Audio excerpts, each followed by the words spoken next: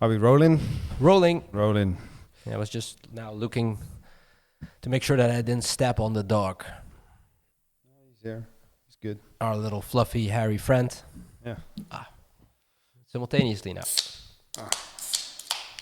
Worst drink for podcast or whatever. All right. Get those dollars in. Get those Thing is promotions warm, in. man. Warm Coke. I just actually took it out of the fridge. So I'm not sure. And the fridge is not working. That could be the case, Wes. Well, it's a Wednesday night after a long day of hard work, hard labor. Yeah, man. I was up at 5:45 this morning. Let me ask you a practical question. How do you feel about Valentine's Day? Like February 14th? Yeah, I do think it's quite normie stuff, isn't it? Yeah, But yeah, I mean, it's nice for the ladies. exactly. So we might agree that it's sort of a commercial thing that doesn't really... I think most of us do. Yeah, but, well, I wouldn't... maybe you're underestimating that because it wouldn't necessarily mean that our ladies would feel the same about it. Yeah, true. That's the dilemma, right? Well, I got the good thing is that Megan doesn't really like Valentine's Day that much either because it's super busy if you want to go to a restaurant or something, you know. So yeah, it motivates me a little bit more to have a little surprise here and there on regular days, you know. Yeah, That's yeah, a good one, well- but then you, of course, you have to do that actually. you need to you got to compensate, man. Yes. It's a trade-off. It is. But I like the trade-off because I don't like going out on Valentine's Day. No, me neither. But I'm a little bit on the fence because how strong are your own convictions, right? I don't do anything with Valentine's Day because it's commercially. Well, I mean, if it makes your lady very happy, then I would do it. It might be But, worth the sacrifice, I would say. Yeah. Yeah. You know, okay. What you gonna do? I don't know. I mean, this thing is gonna air. She's probably gonna listen to it before Friday. So Friday is Valentine's Day, right? Well, that's the thing. Like, whatever I'm going to do, it will definitely not be uploading this podcast before Friday. So what's your plan? I don't. You're gonna wing it. I'm winging it. I mean, restaurants are fully booked now, so Not everywhere. the crappy ones. No. That's not true, man. What about outside of Amsterdam? Nice Mackie little. D, maybe a little Mackie D. Could be. Yeah, Nice little farmers village outside of Amsterdam. that could work as well. Yeah, they have some. That reminds me, I need to ask you about that restaurant that you said. You know, the place I am probably going to live. Yeah. You mentioned this great restaurant that was like the second coming of I don't know. And you said I drive there to eat there, but I can't remember the Yeah, name. the place is called Mario, and it's in Nek. And it's, yeah, it's nice, man. Okay, you think there's the dog? There's the dog growling. Yeah. Yeah. I didn't expect it to be this soon, but I mean, yeah, he has a right to growl. He's there. Yeah, hi Toki. Come and say hi to the viewers a little bit later. Okay. So how's your hiring spree going? We talked about it last time. Yeah, it's going well. In the beginning, I thought there were like not that many applicants in the first week of doing some marketing on it.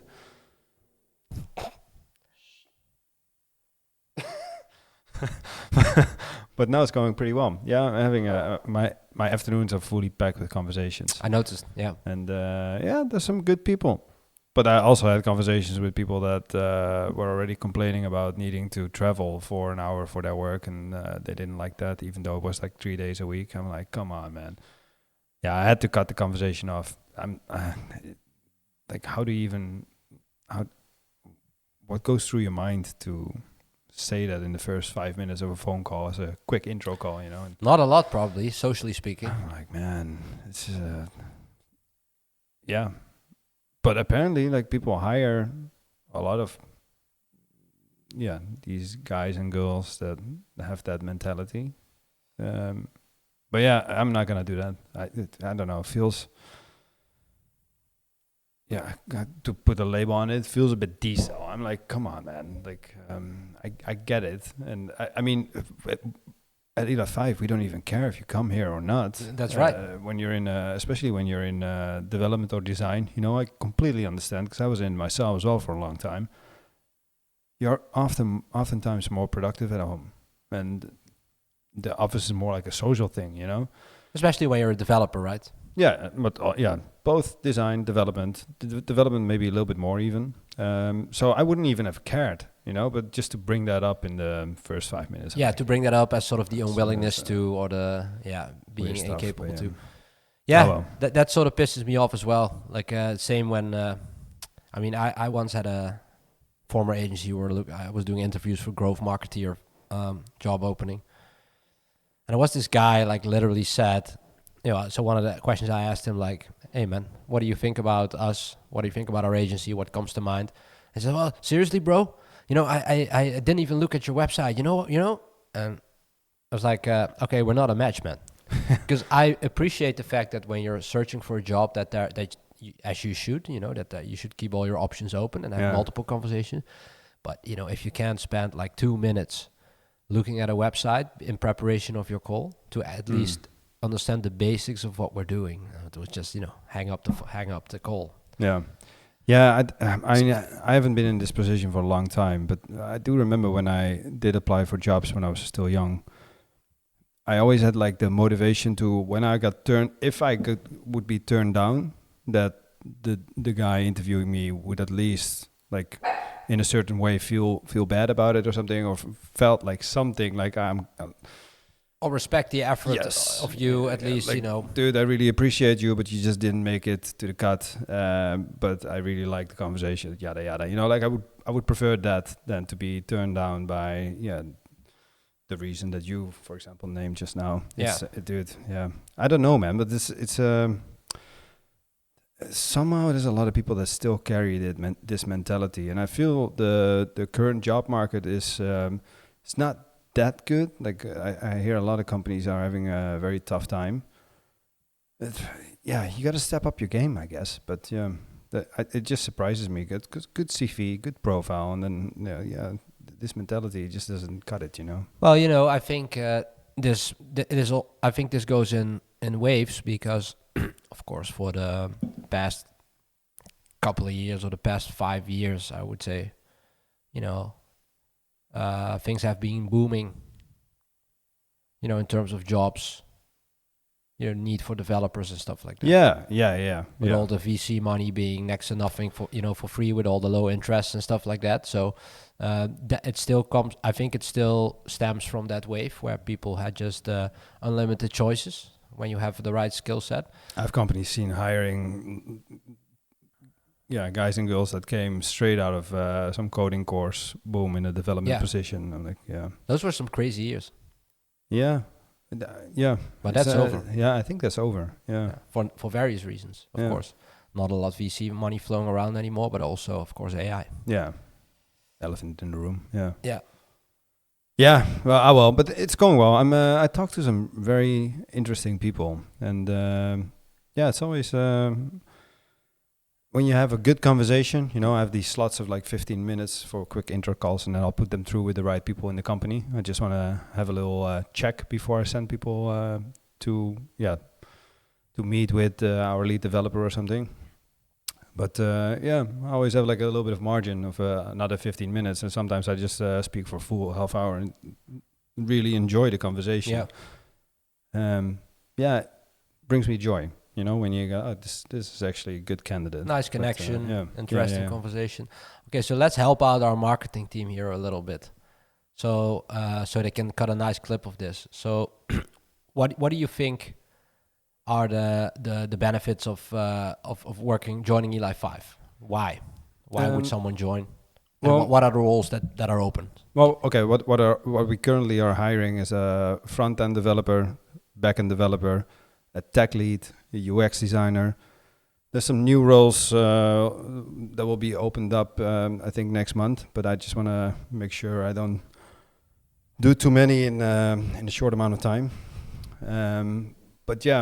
So what I heard from some interesting people that I talked to is that they really don't like the standard agency model, where you build something for a client that is already completely defined. When the project comes in, you basically build the product, you send it to the client, and you never hear of them again. And I get that, and we've never really done that. So all of our engagements are quite long term. all of the things that we build have like a very solid business case. Often we build, almost exclusively we build vertical products that are integrated with throughout an entire department or an entire organization. So for example, for ING, we built this regulatory change management product that is now used globally. That streamlines the entire process of taking in incoming laws and regulations all the way to like policies and also audits. Mm-hmm.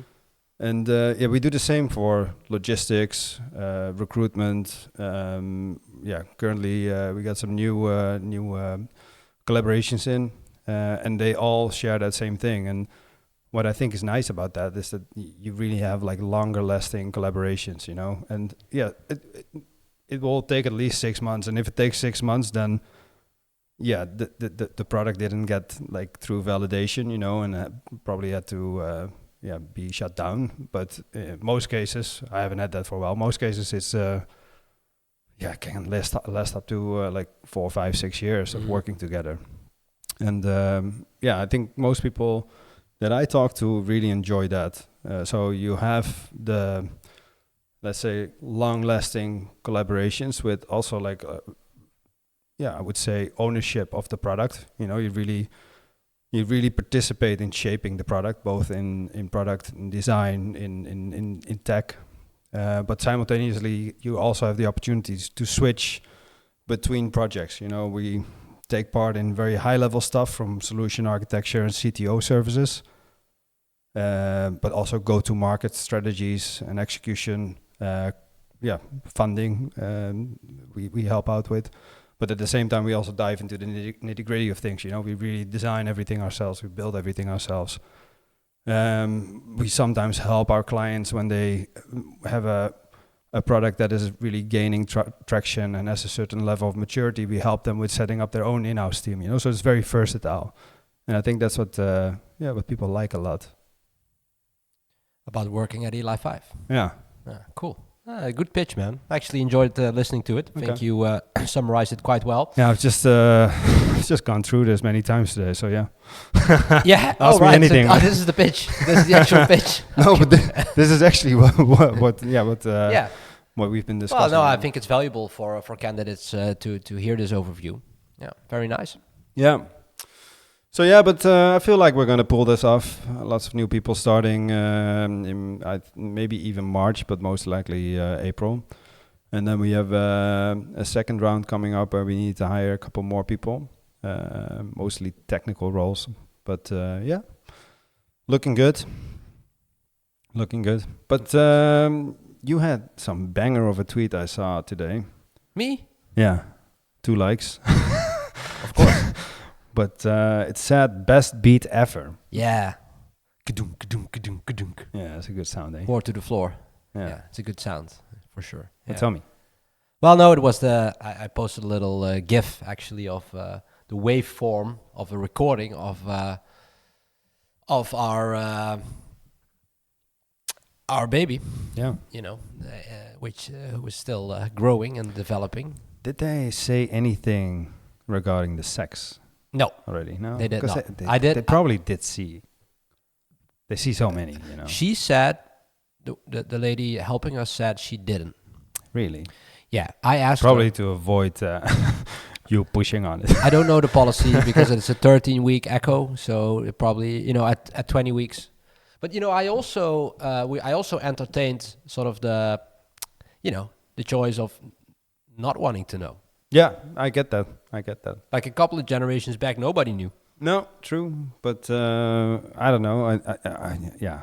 It has like this typical first world Western problems where you can't really prepare in terms of the color of the wall of the of the room where the baby sleeps. And I didn't finish Lisa's room until she was born. Oh, but that was also because he was born a little bit early, and she beat you to it. We just moved, but Megan was still in the hospital. I was like painting walls in the baby room. Yeah, nice. Yeah. I look forward to doing that as well, man. But we probably want to know why not, but we're not in a rush. Maybe you can do one of those gender reveal parties. Yeah, maybe. Where you pop a balloon and either pink or blue. Yeah, it would be great. Yeah, I mean, so when I'm sitting here with a pink or blue can of Coca-Cola, then next time. No, I'm honestly, I don't have a preference at all, and I see the beauty in both, both options. Yeah, me too. Everybody tells me I will be a great girl dad who can't say no and will go through hell when she grows up and hits puberty. Yeah, because she goes into the world and stuff, and so I would like that, have a little princess, but then a boy would also be great, because the sooner you get a boy, the sooner you can do all this cool stuff with them, like kick the soccer ball around and Jesus, did I say soccer? Apologies, I'm Dutch. Kick the football around. Indeed. Whatever. Do boy stuff. But honestly, I have zero preference, man. I hope it's healthy. Yeah, and of course. And I'm already very grateful to be able to experience this. Yeah, man, it's super exciting, isn't it? Like you can tell everyone now, but for a while you couldn't, and you just want to tell everyone. Yeah, hey guys, now that you actually, I'm becoming a dad. Yeah. No, well, I'm actually still quite keeping it to myself. It's not a secret, but I mean, you just told the world, so. Yeah, that's true. Everybody's watching, like the millions of views that this podcast accumulated over those last 15 episodes. No, but I'm just happy that, and it gets more real every time, because you see it develop and you see it grow and you see more details. Like yesterday, we had a very good picture of the heart and its chambers, the 4 chambers structure. You could very clearly see that, and the brain development, arms, legs, all look good, man. So I can't be more happy. It's something like incredibly magical, isn't it? But now also the fact that you can actually see it developing, over time with all the echoes and such. It's just mental. Every time I did the echo, I couldn't believe it. But at the same time, I was also like very, I would be very relaxed going to the echo. But then when I sit down, I was like, of course we're here to check on it, So I hope everything is exactly the fine. Same for me. So like last minute it hits you. Yeah. But then when you hear everything is fine, or they say, ooh, and then you're like, what? What? Yeah. Oh yeah, but then it was just something with the device that wasn't working. I hate. Don't do this. I hate. I had that the second time. Like, she really, really jacked up my stress level by basically trying to turn it into her own show of how knowledgeable she was, and But the lady that we had yesterday was really, really good. She was really thorough, and she took her time, and she was very. She had very clear explanations about everything. And the how, what, and why. So that was cool. But I found myself a little bit more tense for this one, the third echo, than the first 2 ones. Yeah. I didn't expect that, and my girl had the same. Yeah. But all good. Nothing more we can. So far, so good. Everything is going to be fine. Yeah. Absolutely, and for sure. So what do we have on the list for today, man? I'm kind of counting on you a little bit. Dude, I'm winging this thing completely. I'm winging this thing. It's such a busy... But let's talk about the Elon and Sam Altman beef. That's always entertaining. Well, I thought it was quite entertaining. What do you think of it? It has been for a while. Well, I mean, we never know the exact truth, right? But Elon states, and he has been stating this for a long time, that he funded OpenAI, which is Didn't true. he put like 100 million in or something? Yeah, significant amount of money. And I get it. I mean, going from something that is completely open source, OpenAI, I mean, it's in the name, to something that's closed source and very much profit focused. And then there's also like Sam Altman and some weird things in his background, like with his sister, or like with the employee. And then you have guys like Ian Carroll, the conspiracy dude, who was like basically diving into that. And I'm like, not sure about this all. Like, it seems a little bit fishy. But and then I believe that there's actually some kind of like equity transaction being set up between Altman and OpenAI, and that's why Musk actually came in with an offer on the company, which was significantly higher than the valuation that they were using for Sam Altman's equity. Okay, I kind of missed that part of the offer, but but allegedly, this is what I read. I read something, but I kind of missed the details of it, but. Of course, Elon states that he funded it with the purpose of it being a non-profit. Yeah. And then so it was sort of snatched from that structure and being turned into a for-profit. But Sam Altman has a different opinion about it, and also different recollection of the facts. He shared this once, I think, in a thread on X, where it was a completely different story. He also brought some receipts and some old emails from Elon and stuff. But it's very hard to know the full context. The only thing I do know is that the aura of Sam Altman is a little bit weird. Yeah, that's what I was pointing out. Yeah. And he doesn't come across as that, to be honest. He probably is. He obviously is because of his accomplishments, you would say. Of course, he doesn't come across as particularly insightful or intelligent to me when I see him. No, not really. No. I find it an odd dude. Yeah. I'm sure I'm wrong, but... Yeah, I don't know. I like to see a little bit more competition, and I think what Elon was doing by making the offer is also, basically more like pushing for a mask off moment with Altman, because now since the valuation that he used for basically getting the equity from OpenAI, that valuation that they used for that was significantly lower than Elon's offer. So pushing him a little bit to basically for a mask off moment. But I'm not sure where this is heading, but I thought it was funny, what was happening. You know what was funny? Joe Rogan touched on this a while ago, that Sam Altman always says, I'm not doing it for the money, but he's driving a $2 million Koenigsegg car. Yeah. They spotted him in traffic, someone with a camera, and you saw his head pop up in that little $2 million Koenigsegg sports hypercar. Yeah. I think he's a weird dude. Does he come across as an authentically, genuinely good person? I saw him in a couple of interviews when OpenAI was, had the early stages when they released ChatGPT and stuff. I mean, he has a weird aura. Yeah, but I also see very mixed signals, because he was also preached by the whole EAC movement. And simultaneously, I also see people from that movement criticizing him. Yeah. And, I don't know, from all sides, I see a lot of mixed signals. And I don't know. I just, from what I see, I don't know. And he had that's what I think. But he had a lot of churn also from key figures within the company. A lot of churn. A lot of people left. Was at some point it almost looked like an exodus.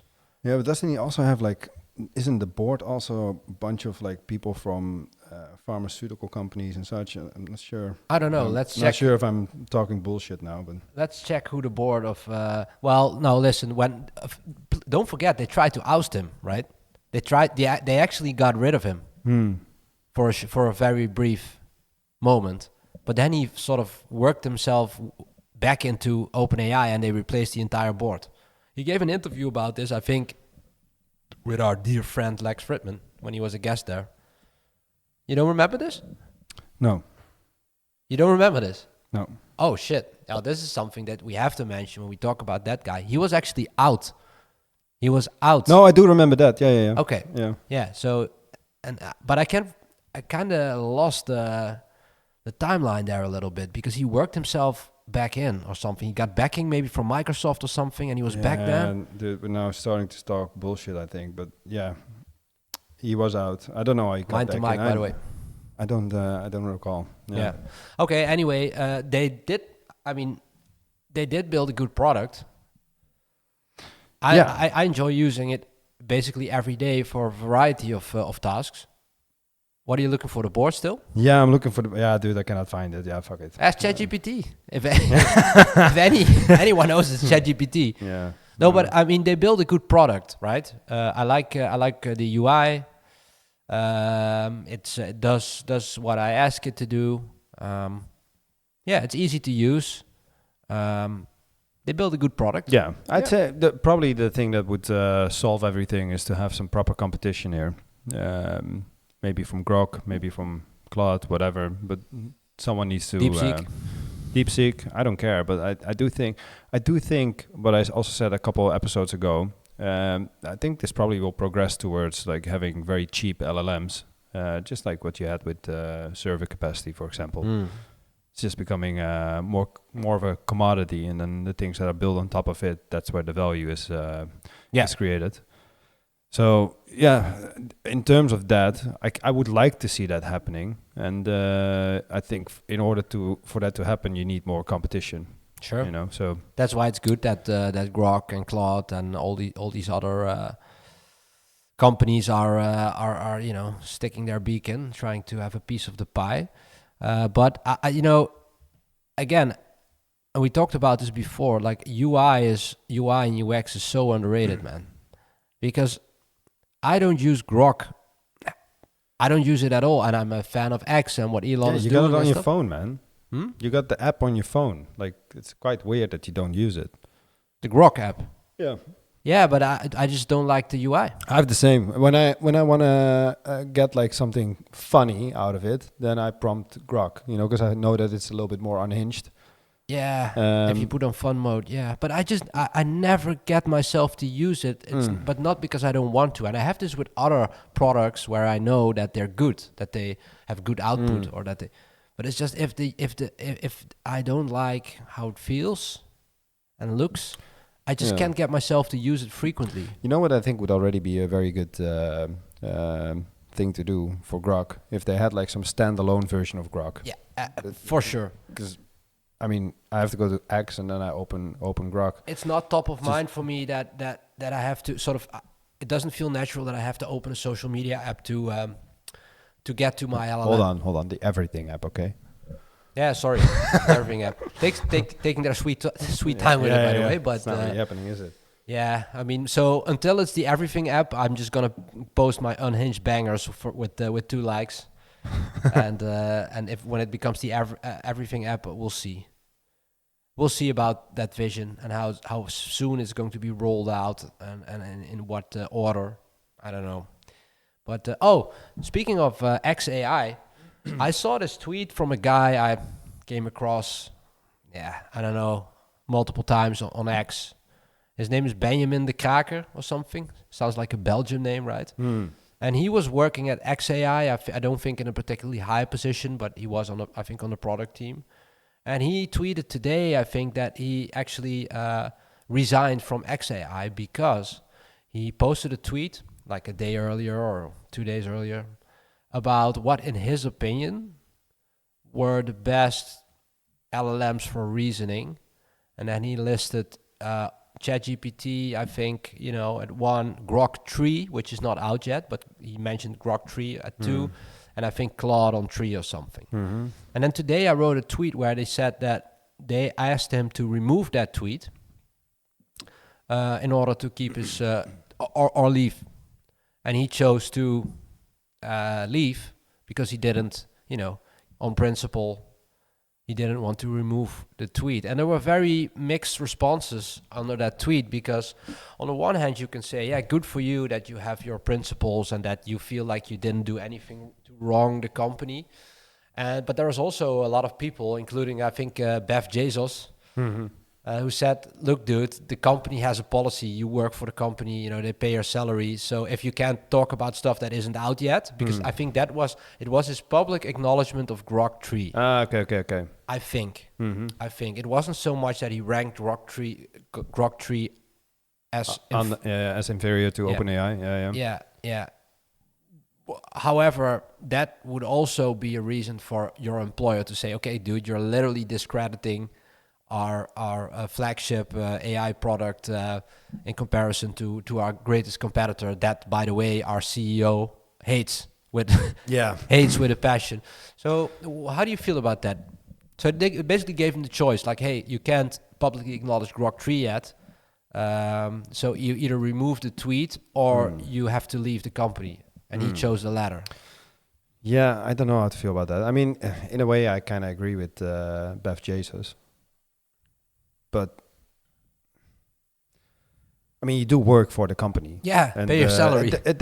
You could also put it in a different way. We got like a long road to go. But with Grok 3, we're getting very near, maybe even surpass ChatGPT, like that you would already bring it in a different way. Yeah, the way I read it wasn't worth losing your job over, because it wasn't like a political or opinion or something that they forced you to self-censor. That wasn't the case. It was just, even if you agree with it or not, like we work together, right? We work with a team. There are many times, or frequently, I don't agree with some little thing, where I say, man, I want to do it differently. But then when I get told, by the person in charge of this or that project or aspect of it, like, no, we're not going to do it. Yeah, I'm not going to say, okay, I'll leave, unless it's like a huge issue that sort of fundamentally undermines my way of working or something. But it's not like some massive whistleblower or something. No, it was just, so they were basically just saying, if I read it correctly, like, we don't want you to acknowledge Grok 3 publicly. And you can then say, say like, that's bullshit. You gotta respect that, man. But if it's your employer, I mean, but in a way he did, but he apparently he thought it was a big enough issue. Yeah. And you know what? And then he put it on X, probably to, to get attention. And to get sympathy from it. But the responses were very, it wasn't like a James Damore thing where the James Damore guy, like years ago, basically exposed the entire bias, the woke bias of Google or something, that was something to a hill to die on, basically, career-wise. But this wasn't it. So I was like, okay, dude, well, good for you, but you're kind of on your own here a little bit. Yeah. Because you simply didn't follow instructions of your employer. Yeah. Yeah. Kind of like a mentality issue, isn't it? I don't know. He didn't read the room, I think, correctly. Oh, I mean, maybe he has a bunch of followers now. Yeah. But Elon. But back to the Elon Altman feud. Like he has a history of feuds, high-profile feuds with Zuckerberg when he wanted to do the cage fight in the Colosseum in Rome. So funny, man. Man, that is one of the biggest robberies of all time. Like, I would have loved to see that. That would have been funny, eh? Yeah. Yeah. Yeah, man. Yeah, I like Elon and his clashes. I mean, it's highly entertaining. That's for sure. Whatever you feel about the guy, he. And what's happening now with the whole USAID? Oh God, that's some mental stuff. I can't wait till they pull something like this in Europe. I don't want to go into a whole Europe rant again, but if you look at the things that come out of this, like this Doge program, especially with the USAID. I'm like, they were like funding like all these like transgender festivals and like just stuff that if you would ask an average taxpayer, like, would you like your money to be spent on this stuff? They would be saying like, hell no. Why? And it makes me wonder like what else is out there, like they just started. It just started. And it's already like one after the other that everyone just thinks like, why is money floating in that direction? It's like you just have a couple of nouns and adjectives and you throw them together like in like a machine, and then you get like something like sending free bananas to AIDS infected monkeys or something. You know, but it was also fun. I mean, I don't even know like what examples that they are giving are actually true and what not, because they all sound ridiculous. Oh Jesus, fucking ChatGPT. Sorry about this, but so Are you gonna bleep that? No, I'm not gonna bleep that. No, I said Elon and Doge are raiding USAID. Give me some of the craziest examples of USAID money allocation that got exposed. And? Yeah, it gives me this political correct answer where it's very important to be sensitive, and there's nothing. It gives me this answer of all the good things that Doge did. So fuck it. Okay, so sorry for but I can't stand. We'll probably tonight. I'm gonna listen to the Joe Rogan podcast with Mike Benz. Yes. So yeah, we'll probably get them all tonight. But it is mental, man. And then simultaneously you have all these like politicians like Nancy Pelosi, who's worth like over $200 million with a salary of like who's her financial advisor? So. I want the guy's number. And then you have all these like the whole the stock trading that they are executing on with knowledge that the normal people don't have. And Like how much money of this whole, like all this USAID stuff and all these other government agencies, like how much money is flowing from them towards the pockets of these politicians, you know? Yeah, I've no idea, but it's probably significant. I'm trying to look up like this crazy list of all the weird stuff that they funded, like expanding atheism in the Middle East or something, you know? And this is like one of the more normal, I guess. I also read one that they were funding Sesame Street for in Iraq, somewhere in Iraq or Afghanistan or something. Dude, the thing is, I don't know if this is true. Yeah, because it sounds like absolute satire. Yeah, but it's probably true. It's probably true. I do have to note that all those things on that list are true. It's just that some of them or a number of them were actually executed on. And some of them were sort of planned or on a long applied for funding or something like that. But the fact that they even considered these crazy, wacky ideas is pretty insane. But yes, did you see that Elon Musk changed his profile to Harry Balls? Yeah, but I didn't get that. Yeah, well, okay, they have the. One guy of his team was he had the nickname Big Balls on some forum or something. Oh, so that's why he did it. But now he also had Harry Balls. He also had his in his bio, circumcisions at a discount, now 50% off.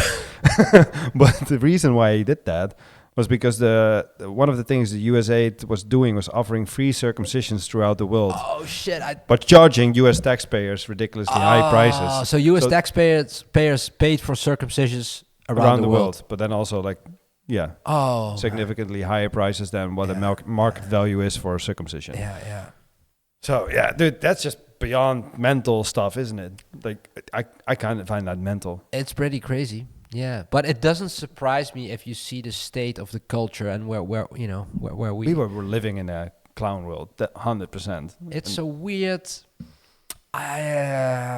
It's a weird, unhinged like atonement syndrome or something, self-imposed atonement, where you have to, dude. This is, I don't know. It's just so crazy that but how? It's beyond me. And then how can you criticize this? I mean, I do get the like. Also, Mike Benz told it in this way. You know that you were basically performing open heart surgery on a patient, and you got to be very careful with what you're cutting out, because it's still like, let's say the government is some kind of organism, and you don't want to destroy it completely, because then you got like bigger problems. So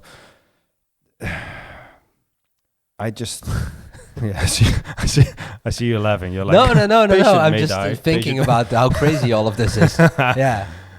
Yes, but then what I find weird is that all these people criticizing what is happening, and I'm like, dude, if someone is spending your money behind your back, that's the Stockholm, the most ridiculous bullshit. Let's say I got access to your bank account, that's and the Stockholm every weekend syndrome. I spend it on strippers and cocaine. Yeah, like, you know, you Good probably would not mind actually.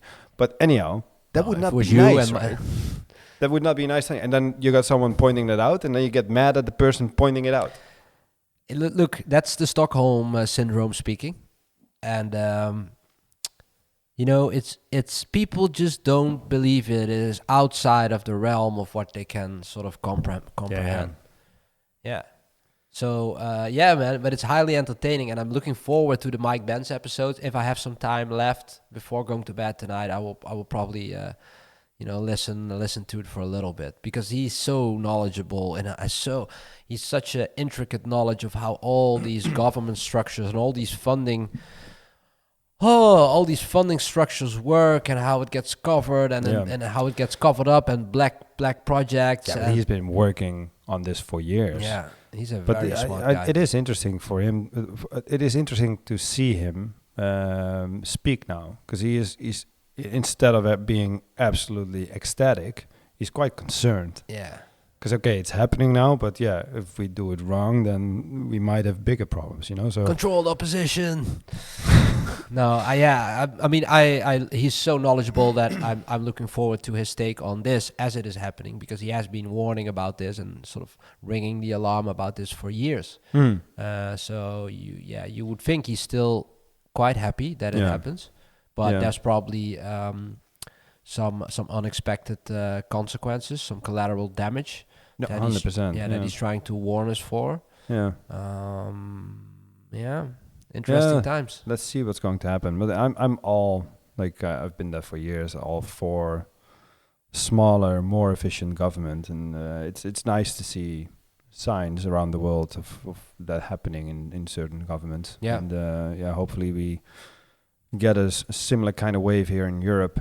Where we get rid of some regulations, and I wonder what they uncover if they have a certain a similar kind of department as Doge here in Europe, because there must be some mental spending here as well. Yeah, sure, but that's not. I don't see that happening in the EU realm. I would see that on a country level, on a state level.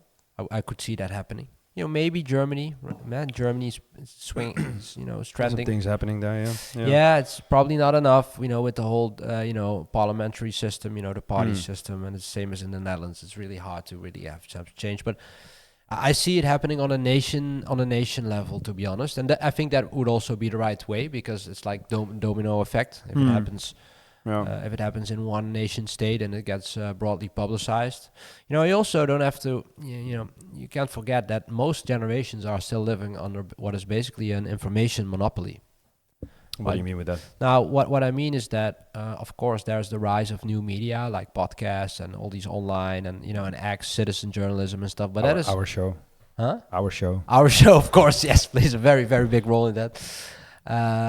We don't nearly get enough credit for that. But that is just the bulk, the majority of people who consume that are the younger generations, right? But yeah. But the most of the generations are still getting their news from the mainstream media. Yeah, it's a weird phenomenon, because also when I speak to my parents, for example, it's just so funny how they see certain things, and But for example, regarding Musk, they really see him as someone that went completely mental. Oh yeah, and, sure. If I from the small bits of news that I do see in the Netherlands, I get that. Oh yeah, sure. That's how he's portrayed. That's what I mean with the information monopoly. But then I'm like, I didn't talk to my dad specifically about this topic, but if I would tell him about what he's doing and all, like basically going through all the government spending and make sure that taxpayers' money is going to things that is actually making the country better, he would definitely not disagree with that. But yeah, but that's something that you need time for, and then you are the one saying it, not saying he's taking you seriously, but you are one person, and it's you probably would lean a little bit more towards being open to that, but still, like it's still very one-sided, right? Yeah. For those people. So yeah, and there's also we're early. The poll in I think it was in the Netherlands where more than 90% of people would have voted for Kamala Harris. And regarding like your political stance and things, and but maybe you're even apolitical. Exactly. That is it's an odd ratio. It's very odd, oddly one-sided. Yeah. Yeah. Yeah. Actually, I think the numbers, the approval poll for what Doge is doing, I think is like 60% is in favor, is what they say. Well, I mean, luckily it's the majority, but then still, how are you against? I don't know. How are you against this? Well, you are against this by getting your information from a certain direction. That's how you can be against it, because we are. Yeah, but the mask is off now, right? I mean, it's not really, because when you see like all the left-leaning media, they live in a completely different world, and then the people who consume that that information, that is they are not saying, oh, it's great that government's getting more efficient. What they're saying is that, oh my God, they're killing everything that is good for the people, for you. They're killing everything that is good for the poor people, for the people abroad who need help. For the transgender festivals. Whatever, man. But they around the world. I mean, semantics is like, and framing stuff is like a very sensitive and nuanced thing. Like I could sit here and make the case why Doge is extremely bad. Extremely bad. Now, if you have media outlets that do make the case that it's very bad and all of that, the people listening to it, that is their window to the world. Yeah, so, I get it. So yeah, no, I agree, and I think the machine will fight back harder than you see now. I think that things will happen. Yeah, but it's a drowning thing, man. But that's why they move so fast. They know they have the momentum right now. Not bouncing back. It always bounces back. Okay, there will probably be some. We will probably return to a mean at one point. But I feel like we just got started. You know, like the whole counter movement just got started. I hope pendulum starts swinging into the other direction. Yeah, but don't forget that in 2016 there was also 2016 onwards there was also a counter movement, also in Europe, also in the Netherlands. Yeah. But that got very quickly because but the establishment was very quick in countering that. I get that. Very quick. I have to say personally, I also true. But personally, I also feel very different about. Well, take Trump. I think that's a great example. Because I was in the States, I think when he got elected in 2016. I remember how absolutely mental things were there. People were going on the street and protesting, and I kind of went in like with that, you know. I also thought, okay, he's probably like a funny guy, you know, like why is he the president? I also had my thoughts. Yeah. And throughout the whole 4 years, you saw nothing but ridiculous stuff. Well, it was actually projected as ridiculous stuff, you know, that he left the Paris climate agreement and such.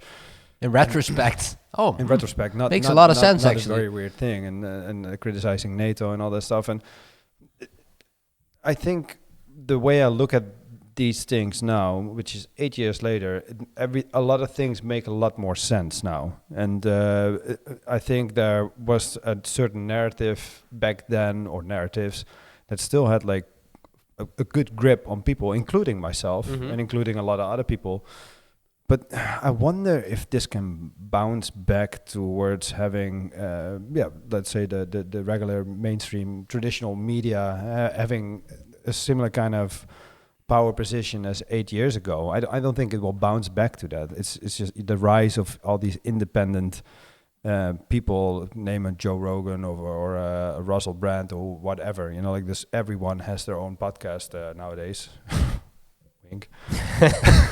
And I wonder if it will ever bounce back towards that. And of course, something will rise again, you know, 100%. But to me, it feels like the pendulum is now starting to swing the other direction. I hope so, man. I hope so. I hope it with you. Yeah. Gotta wrap it up. We got to wrap it up. Why? We were just getting Sorry, started, man. Obligations, family obligations. Yeah, do your thing, man. Yeah, no, we'll see each other tomorrow and every single day. No, it was fun catching up, man, and we'll do another one soon. All right, man. Bye, everybody. Ciao, ciao. Did I say ciao, ciao? You say that basically all the time. Okay. But you know what? Bye, guys. I don't believe you.